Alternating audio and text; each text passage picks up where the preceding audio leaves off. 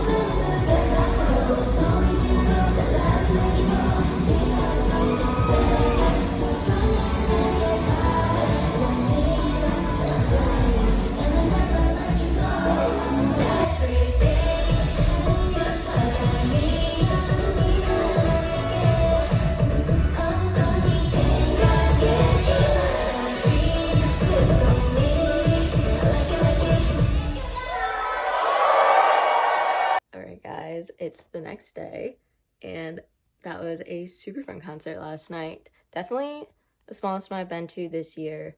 There was not too big of a crowd, but like I kind of felt bad because there wasn't a lot in the crowd, and it was mostly men, which is weird. Like I've never been to a K-pop concert where it wasn't majority girls, so that was interesting. But I think they way overpriced the tickets for this concert because it's still such a like not super well-known group. They're still really new. So I think they could have sold a lot more if the prices were not as high as they were. But it worked out for me because I got to move down all the way to the front of the balcony because there was like 2 levels of the balcony and I was at the front of the second level, but I got to move down to the front of the first level. And as you saw in the fan cams, they got closer after a few songs and my view was awesome. So there were only 8 of the girls there. I'm not really sure how this group works. I don't know a lot about them. So I don't know if they're like splitting up for the tour and that's why they were able to do so many cities, which would make sense. And honestly, 24 of them would not have been on that stage. You saw it. There was barely enough room for the 8 of them. And 8 still feels like so many. It felt like there were so many of them on the stage. So I liked that it was just 8 and I was able to pick out my biases. My biases are Jiyeon and Lin. So I always end up going for the main dancers. Like I look them up afterwards, main dancers. It's always, if I go into a group not knowing anything about them, I'm always gonna end up picking out the main dancer.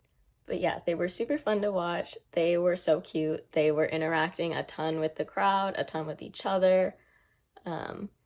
And they did like one song where they would like take the people in the front row on the floors like phones and take selfies with them, and it was fun. The backtracks were pretty loud, so it was hard to hear a lot of the vocals most of the time, but there were some moments where you're like, okay.